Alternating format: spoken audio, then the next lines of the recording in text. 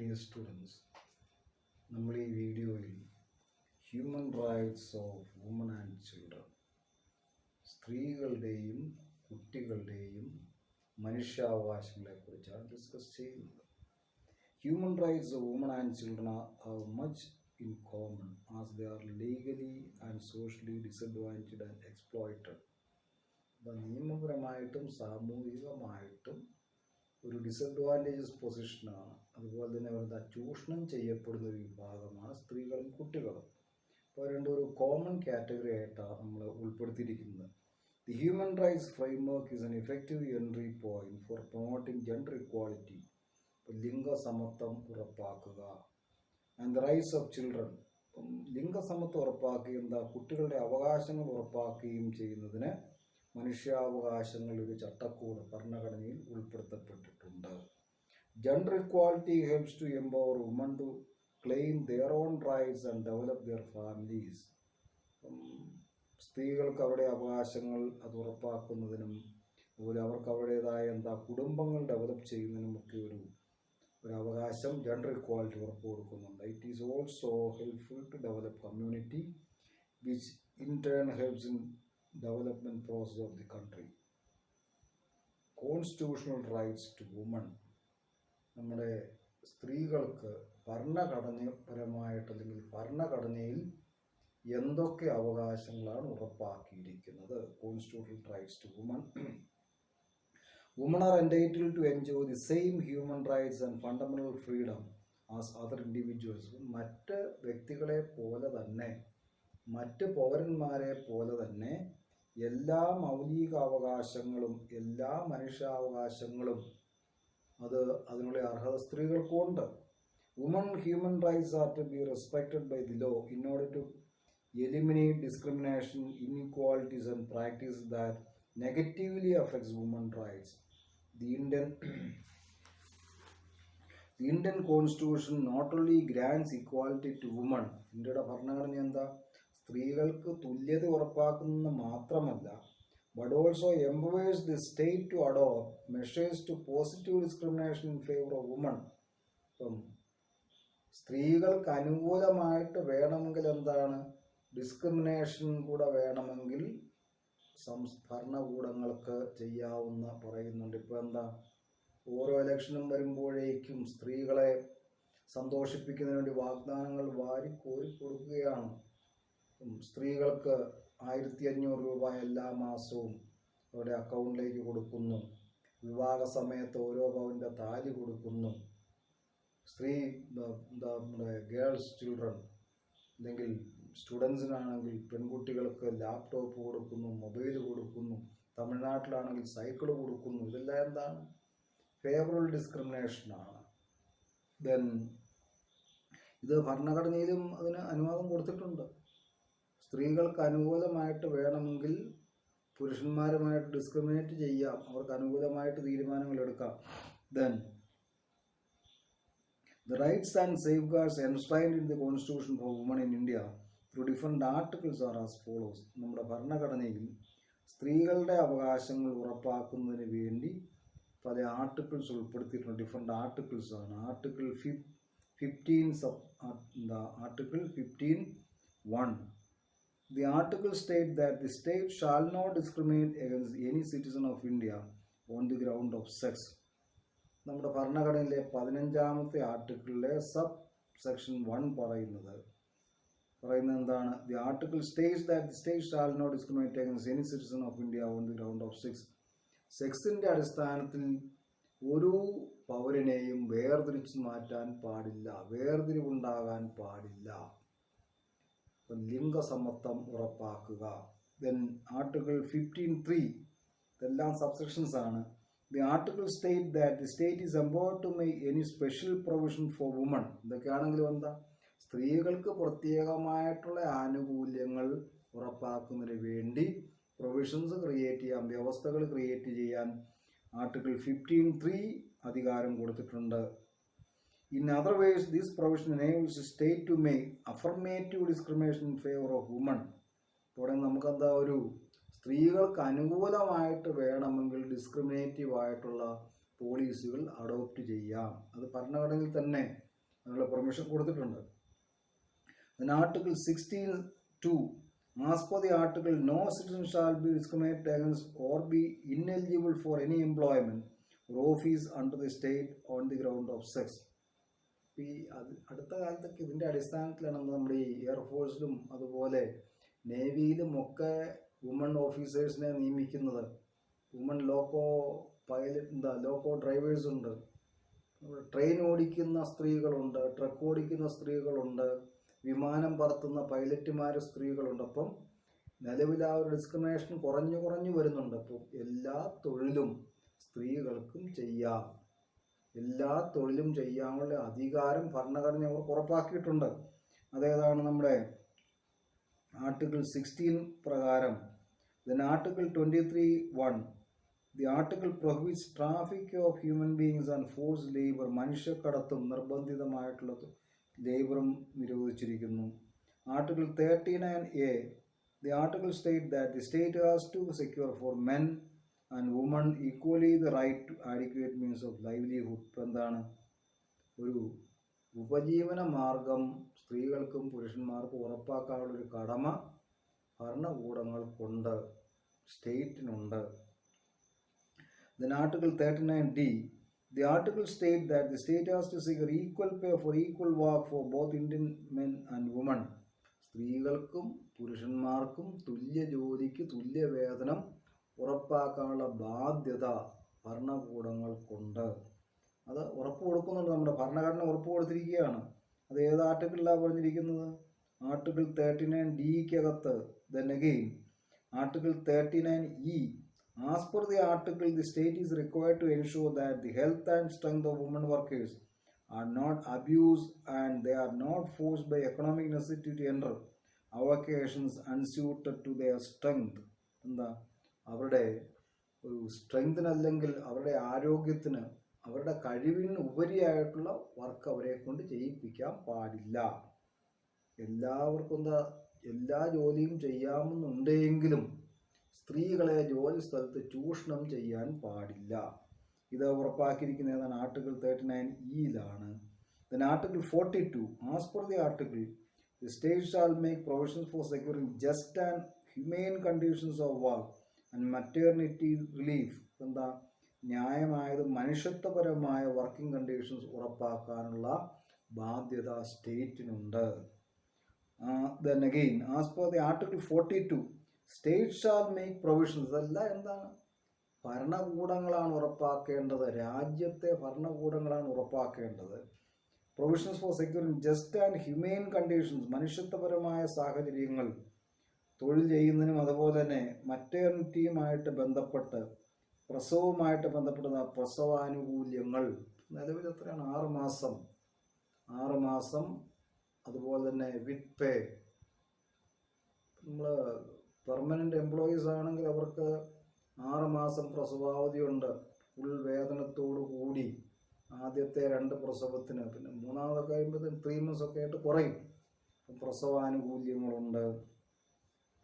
Then Article 51(a)(e), as per the article, it shall be the duty of every citizen of India to renounce practices derogatory to the dignity of women.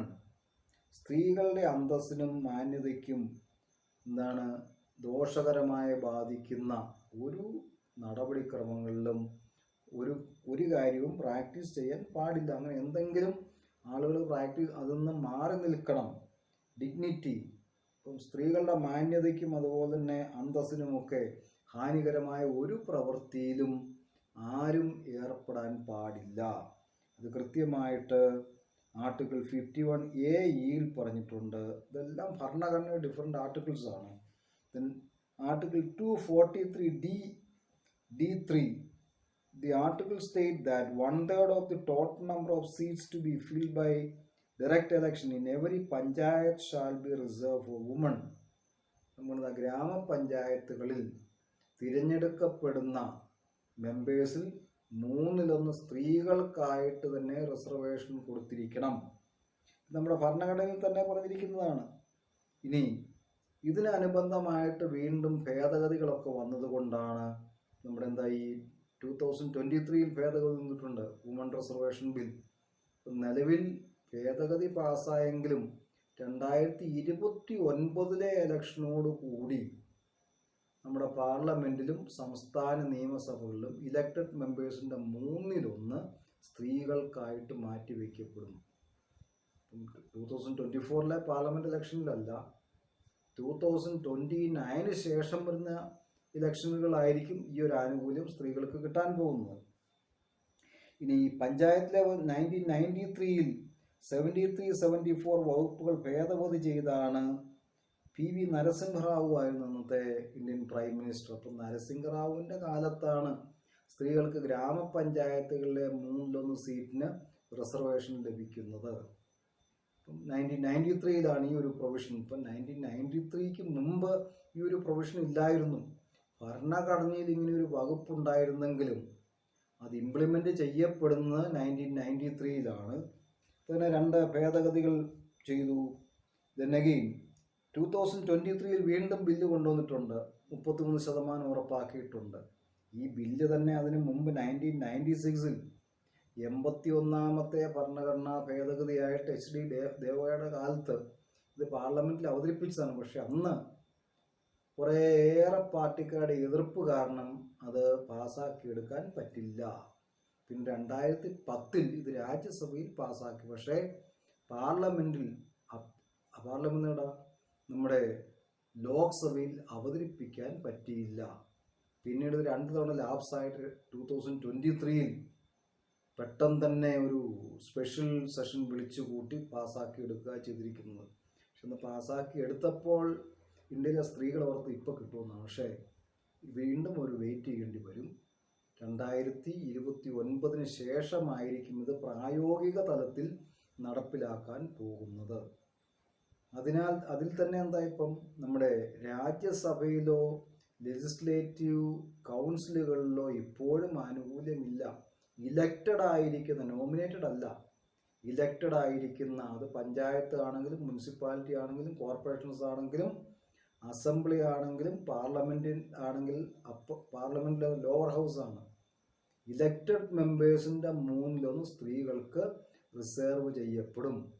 ഇത് നമ്മുടെ ഭരണഘടനയിൽ കൊടുത്തിരിക്കുന്ന ഒരു റൈറ്റാണ്. 2050 ഇത് adopt ചെയ്തെങ്കിലും ഈ 73-74 വർഷം കഴിഞ്ഞിട്ടാണിത് ഇംപ്ലിമെന്റ് ചെയ്യാൻ പോകുന്നത്. Then Article 243(d)(4), the article states that 1/3 of the total number of the office of chairpersons panchayat at each level shall be reserved for women. അതുപോലെ പഞ്ചായത്തുകളിൽ 1/3 ചെയർമാൻ സ്ഥാനം സ്ത്രീകൾക്ക് റിസർവ് ചെയ്യണം. 243(d)(4 ആണ്. Then Article 243(t)(3), the article states that 1/3 of the total number of seats to be filled by direct election in every municipality shall be reserved for women. മുനിസിപ്പാലിറ്റികളിലേതും നേരിട്ട് elect ചെയ്യപ്പെടുന്നതിൽ 1/3 members സ്ത്രീകളായിരിക്കണം. അത് പഞ്ചായത്തിന് ശേഷമാണ് ഈ ഒരു അമെൻമെന്റ് വരുന്നത്. Then Article 243(t)(4), as per the article, the offices of the chairpersons of municipalities shall be reserved for women in such manner as the state legislature may provide. ഇനി ഏത് രീതിയിലാണ് ഈ റിസർവേഷൻ കൊടുക്കുന്നുള്ളതെന്താണ് സംസ്ഥാന അസംബ്ലികളായിരിക്കും തീരുമാനിക്കുന്നത്. Then legal right to woman, സ്ത്രീകളുടെ പ്രത്യേകമായ അവകാശങ്ങൾ, നിയമപരമായ അവകാശങ്ങളാണ്. 1. Indian Penal Code 1860 contains provisions to protect Indian women from dowry, death, rape, kidnapping, cruelty and other offenses. എല്ലാ ക്രിമിനൽ കുറ്റകൃത്യങ്ങളിൽ നിന്നും സ്ത്രീകൾക്ക് പ്രത്യേകമായ സംരക്ഷണം നമ്മുടെ IPCയിൽ 1860 ഉറപ്പാക്കുന്നു. Then Indian Christian marriage act 1872, എല്ലാം പ്രത്യേക ആക്ടുകളാണ്. Contain provisions relating to marriage and divorce among the Christian community. Christian കമ്മ്യൂണിറ്റിയിലെ സ്ത്രീകളുടെ വിവാഹവും അതുപോലെ ഡിവോഴ്സും സംബന്ധിച്ചിട്ടുള്ള rules Christian marriage, Indian Christian marriage 1872 കൊടുത്തിരിക്കുന്നത്. Then Dissolution of Muslim Marriage Act 1939 grants a Muslim wife the right to seek dissolution of her marriage. ഇപ്പോൾ എന്താ, സ്ത്രീകൾക്കും വിവാഹമോചനം ആവശ്യപ്പെടാനുള്ള അവകാശം ഇന്ത്യയിൽ 1939 ആക്ട് പ്രകാരമാണ്. Dissolution of Muslim marriage act 1939. അതിനു മുമ്പ് ഇന്ത്യയിൽ മുസ്ലിം സ്ത്രീകൾക്ക് വിവാഹമോചനം ആവശ്യപ്പെടാനുള്ള ഒരു റൈറ്റ് ഇല്ലായിരുന്നു. വിവാഹമോചനം അല്ലെങ്കിൽ തലാഖ് കൊടുക്കാനുള്ള ഒരു റൈറ്റ് പുരുഷന്മാർക്ക് മാത്രമേ 1939 വരെ ഉണ്ടായിരുന്നുള്ളൂ. ഇതിൽ നിന്നും വ്യത്യസ്തമായിട്ട് 1913 ആക്ട് വന്നതോടുകൂടി സ്ത്രീകൾക്കും വിവാഹമോചനം കൊടുക്കാനുള്ള റൈറ്റ് കിട്ടി. Minimum Wages Act 1940 does not allow discrimination between male and female workers or different minimum wages for them. Minimum wages act 1948 എന്താണ്? സ്ത്രീകൾക്കും അതുപോലെ പുരുഷന്മാർക്കും 2 മിനിമം വേതനം അത് കൊടുക്കുന്നതിൽ നിന്നും പ്രൊഹിബിറ്റ് ചെയ്യുന്നു. ഏറ്റവും കുറഞ്ഞ കൂലി സ്ത്രീകൾക്കും പുരുഷന്മാർക്കും ഒരേ ജോലിക്ക് ഒന്ന് തന്നെ ആയിരിക്കണം. അത് മിനിമം വേജസ് ആക്ട് 1948 ആണ് ഈ ഒരു കാര്യം ഉറപ്പാക്കിയിരിക്കുന്നത്. Immoral Traffic Prevention Act 1956 is the premier legislation for the prevention of trafficking of commercial sexual exploitation. വേശ്യാവൃത്തി പ്രോത്സാഹിപ്പിക്കുക. അത് ഇന്ത്യയിൽ കൊമേഴ്ഷ്യൽ എക്സ്പ്ലോയിറ്റേഷൻ ഓഫ് സെക്സ് നിരോധിച്ചിട്ടുള്ളത് ഇമ്മോറൽ ട്രാഫിക് പ്രിവെൻഷൻ ആക്ട് 1956 പ്രകാരമാണ്. In other ways, it prevents trafficking in women and girls for the purpose of prostitution as an organized means of living. എന്താ? സ്ത്രീകളെയും അതുപോലെ പെൺകുട്ടികളെയും കടത്തിക്കൊണ്ടുപോവുക. എന്തിനു വേണ്ടിയിട്ടാണ്? സെക്ഷൽ എക്സ്പ്ലോയിറ്റേഷന് വേണ്ടി. അതും കൃത്യമായിട്ട് നിരോധിച്ചിട്ടുണ്ട്. ഇമ്മോറൽ ട്രാഫിക് പ്രിവെൻഷൻ ആക്ട് 1956 പ്രകാരം. ഇതെല്ലാം എന്താണ്? സ്ത്രീകളുടെ നിയമപരമായ അവകാശങ്ങൾ ഏതൊക്കെ നിയമങ്ങളാണ്, ഏതൊക്കെ ആക്ടുകൾ ഉറപ്പാക്കിയിരിക്കുന്നതാണ് നമ്മൾ നോക്കുന്നത്. ദെൻ ഡവറി പ്രൊഹിബിഷൻ ആക്ട് 1961 സ്ത്രീധന നിരോധന നിയമം prohibits the giving and taking of dowry at or before or any time after marriage from women. എന്താണ്? സ്ത്രീധനം വാങ്ങാനോ കൊടുക്കാനോ പാടില്ല. വിവാഹത്തിന് മുമ്പോ വിവാഹ സമയത്തോ വിവാഹത്തിന് ശേഷമോ. കാരണം ഇന്ത്യയിൽ എന്താണ്? ഇന്ത്യയിൽ പാരമ്പര്യ സ്വത്തിൽ സ്ത്രീകൾക്കും പുരുഷന്മാർക്കും തുല്യ അവകാശമാണ് വന്നിരിക്കുന്നത്. പിന്നീട് ഇതിന് പുറമെ എന്താ ഡവറി കൊടുക്കുകയോ വാങ്ങുകയോ ചെയ്യേണ്ട കാര്യമില്ല. സ്വത്തവകാശം തുല്യമായി കഴിഞ്ഞപ്പോഴേക്കും ഡവറി സിസ്റ്റം അപ്രസക്തമായി. എന്താണ്? പെൺകുട്ടികളുടെ പരമ്പരാഗത സ്വത്തിലുള്ള അവകാശം നിഷേധിച്ചിട്ടാണ് ഈ ഡവറി സിസ്റ്റത്തിലേക്ക് മാറിയത്. അപ്പം ഡവറി കൊണ്ട് കാര്യമില്ല, സ്വത്ത് കൊടുക്കുക എന്നുള്ളതാണ്.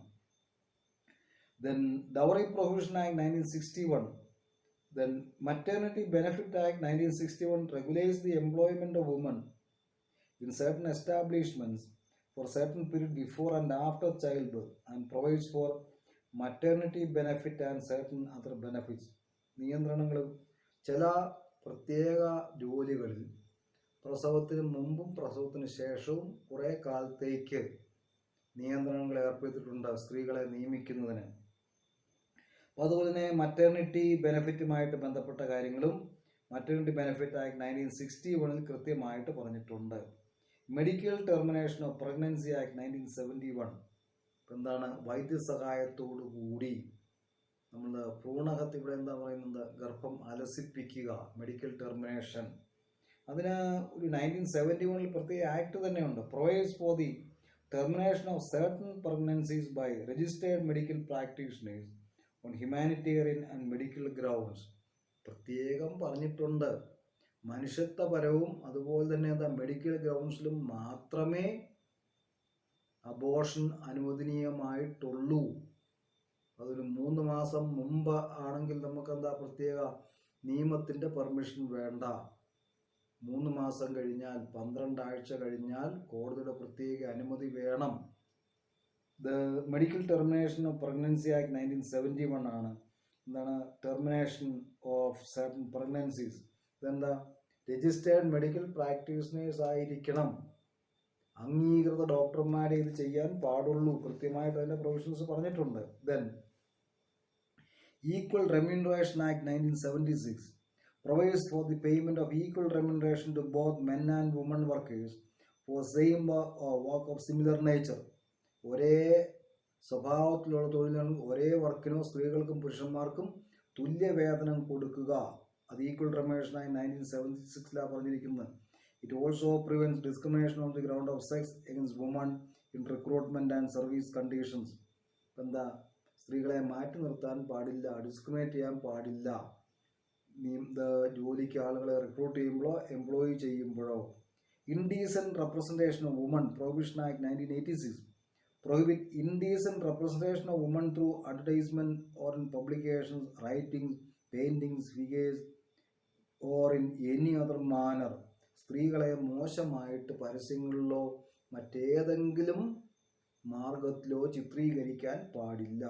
പടങ്ങളായിട്ടോ അല്ലെങ്കിൽ ഏതെങ്കിലും എഴുത്തുകളിലൂടെയോ പെയിൻറ്റിങ്സിലൂടെയോ ഫിഗേഴ്സിലൂടെയോ ഒന്നും സ്ത്രീകളെ മോശമായിട്ട് ചിത്രീകരിക്കാൻ പാടില്ല. Indecent representation of women's prohibition act 1986 പ്രകാരമാണ്. പക്ഷെ പരസ്യങ്ങളിൽ പലപ്പോഴും ഇൻഡീസെൻ്റ് ആയിട്ട് റെപ്രസെൻ്റ് അല്ലെങ്കിൽ എക്സിബിറ്റ് ചെയ്യാറുണ്ട്, അവരുടെയും കൂടെ സമ്മതത്തോടു കൂടിയാണ്. Then commission of sati prevention act 1987. ഈ 87 എന്തായത് ആവശ്യമായിട്ട് വന്നത്? സതി നൂറ്റാണ്ടുകൾക്ക് മുമ്പ് രാജാറാം മോഹൻ റോയ് എന്ന സാമൂഹ്യ പരിഷ്കർത്താവിൻ്റെ കാലത്ത് ഇംഗ്ലീഷുകാർ നിരോധിച്ചതാണ് പൂർണ്ണമായിട്ടും സതി. സതി നമ്മുടെ ഇന്ത്യയിൽ നിലവിൽ വരുന്നൊരു ആചാരമാണ്. എന്താ, ഭർത്താവ് മരിച്ചു കഴിഞ്ഞാൽ ഭർത്താവിനെ ദഹിപ്പിക്കുന്ന ചിതയിലേക്ക് ഭാര്യയും കൂടെ എടുത്തു ചാടി അവിടെ ഭർത്താവിൻ്റെ ചിതയിൽ ആത്മാഹൂതി ചെയ്യുന്ന ഒരു സംവിധാനം, അവരെ ഗ്ലോറിഫൈ ചെയ്യുമായിരുന്നു. അവസാനമായിട്ട് രാജസ്ഥാനിൽ സതി നടന്നു. 1987 അവസാനമായിട്ട് ഇന്ത്യയിൽ അറിയപ്പെട്ട ഒരു സതി ആചാരം നടക്കുന്നത്. 1987 രാജസ്ഥാനിൽ റൂപ് കൺവർ, ഒരു 18 വയസ്സുള്ള ഒരു പെൺകുട്ടിയാണിത് അനുഷ്ഠിക്കേണ്ടതായിട്ട് വന്നത്. അതോടുകൂടി വീണ്ടും വളരെ സ്ട്രിക്റ്റായ നിയമങ്ങൾ കൊണ്ടുവന്നു for the prevention of sati.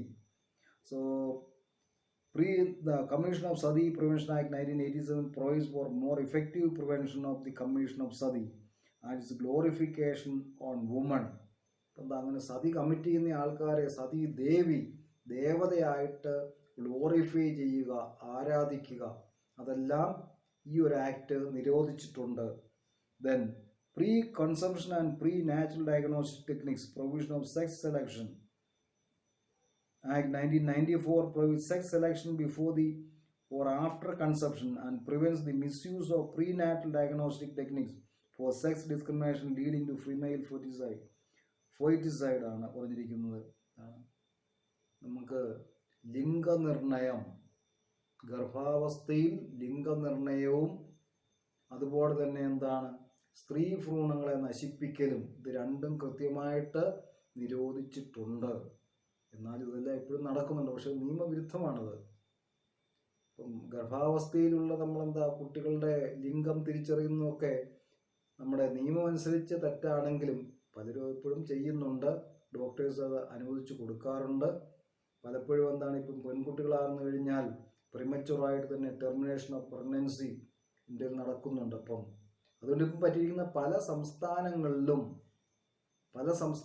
എന്താണ്, സ്ത്രീകളുടെ എണ്ണം കുറഞ്ഞു. 1000 പുരുഷന്മാർക്ക് 800 സ്ത്രീകൾ. എന്താ, പലയിടത്തും ഇങ്ങനെ ആണുങ്ങൾക്ക് വിവാഹബന്ധത്തിൽ ഏർപ്പെടാൻ സ്ത്രീകളെ കിട്ടാതെ വരുന്നൊരവസ്ഥയുണ്ട് ഇന്ത്യയിലെ പല സംസ്ഥാനങ്ങളിലും, കേരളത്തിൽ ഉൾപ്പെടെ.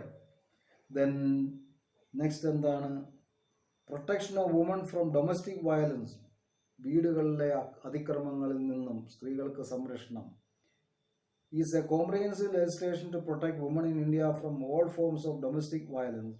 It also covers women who have been or in relationship the abuser and are subject to the violence of any kind, physical, sexual, mental, verbal or emotional.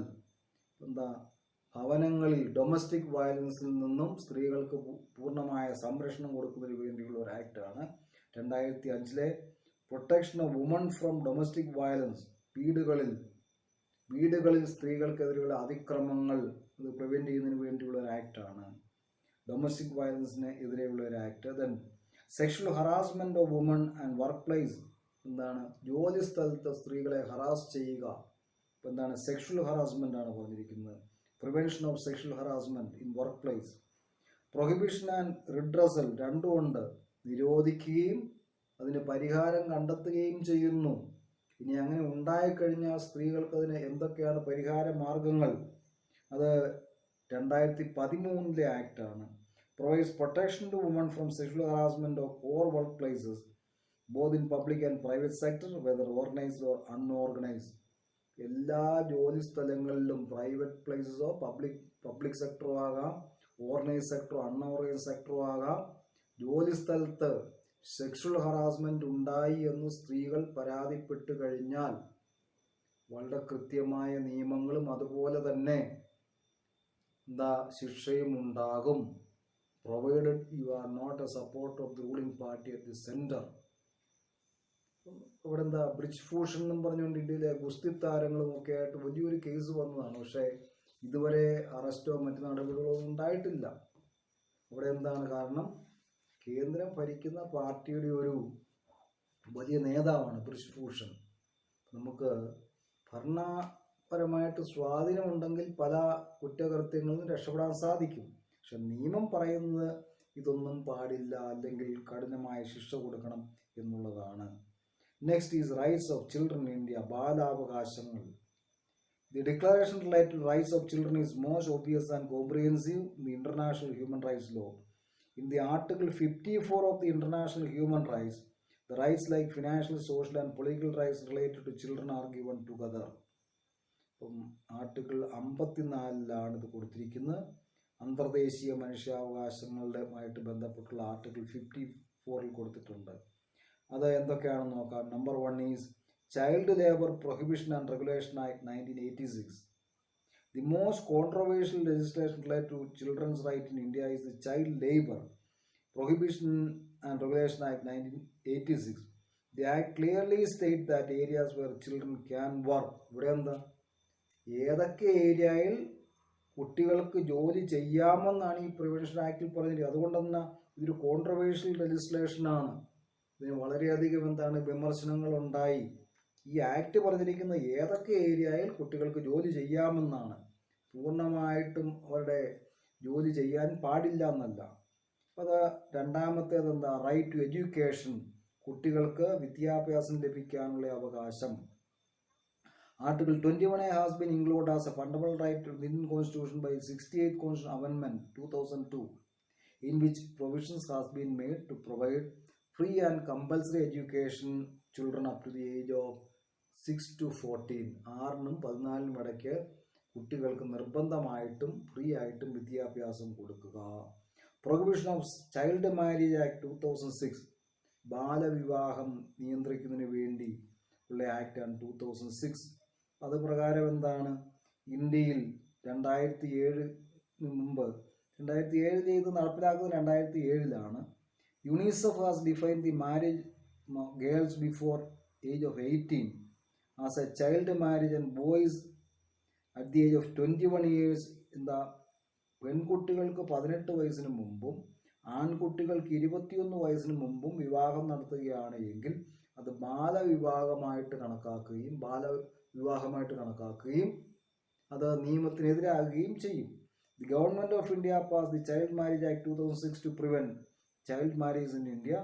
Child Marriage Restraint Act 2006 was brought in place of Child Marriage Restriction Act 1929. 18ഉം 21ഉമായിട്ട് വർദ്ധിപ്പിച്ചു.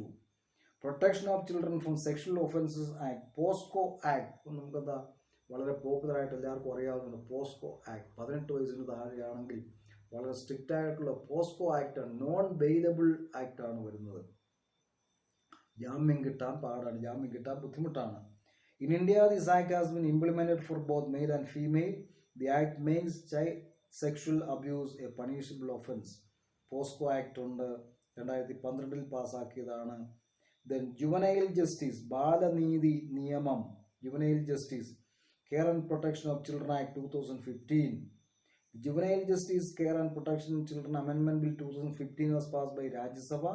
As per the act, children under the age of 16 years are grouped under juvenile. ബാലന്മാരായിട്ടാണ് juvenile. ഒരു ബാലനീതി, juvenile justice ഇതാണ്. 16 വയസ്സിന് താഴെയാണെങ്കിൽ അവരെ ജുവനൈലായിട്ട് കണക്കാക്കും. അവർക്ക് പ്രത്യേകമായ നിയമങ്ങളാണുള്ളത്.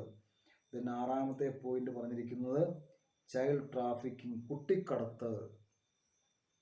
According to UNICEF, any person under the age of 18 is recruited, transported, transferred or sheltered for the purpose of exploitation within or outside the country then it falls under the crime of child trafficking. 18 വയസ്സിന് താഴെയുള്ള ആളുകളെ ഏതെങ്കിലും ജോലിക്ക് വേണ്ടി recruit ചെയ്യുകയോ അല്ലെങ്കിൽ അവരെ നിയമിക്കുകയോ അവരെ കൊണ്ട് പണിയെടുപ്പിക്കുകയോ രാജ്യത്തിനകത്തേക്കോ പുറത്തേക്കോ ഒക്കെ കൊണ്ടുപോവുകയോ ചെയ്തു കഴിഞ്ഞാൽ അത് ചൈൽഡ് ട്രാഫിക്കിൻ്റെ കീഴിൽ വരും. അത് വലിയ കുറ്റമായിട്ട് മാറും. ഈ പറഞ്ഞിരിക്കുന്ന 6 പോയിന്റുകൾ എന്താണ്? Rights of children in India, മനുഷ്യാവകാശങ്ങളുമായിട്ട് ബന്ധപ്പെട്ട് ഇന്ത്യയിലെ ബാലനിയമങ്ങളും ബാലാവകാശങ്ങളുമാണ്. ഇതിൻ്റെ അകത്ത് ഈ 6 പോയിന്റ് ഉണ്ട്. ഇതൊക്കെ ചിലപ്പോൾ 5 മാർക്കിന് ചോദിക്കാവുന്നതാണ്. നമ്മൾ ഈ വീഡിയോ ഡിസ്കഷൻ ഇവിടെ അവസാനിപ്പിക്കുകയാണ്. Thanks for watching this video.